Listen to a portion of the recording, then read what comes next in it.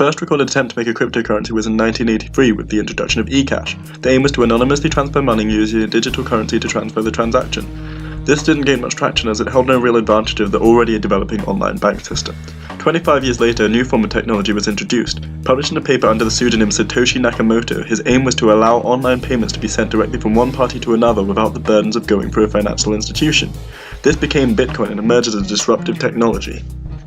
Looking at it from a customer's perspective, this currency is harder to use as it's more difficult to obtain, can only be used in specific areas, and offers no assurance for the money they spend, as there's no third party to guarantee the safety of transactions.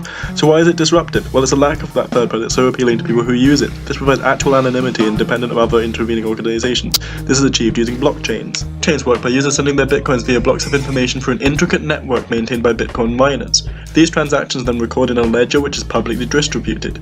It's the miner's job to effectively brute force decrypt the blockchain, and miners are rewarded with bitcoins. So this incentive means that the network can be run by its patrons without the need for a third party. This lack of a third party has made it an influential and disruptive technology. In fact, the value of one Bitcoin has risen from £500 in December of 2016 to over $5,700 in October of 2017.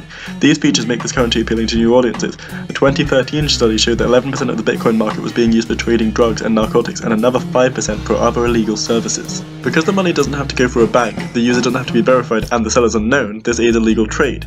Additional precautions are even taken by some customers, such as using VPN or specialized operating systems, or in some cases using methods such as money laundering involving tumblers.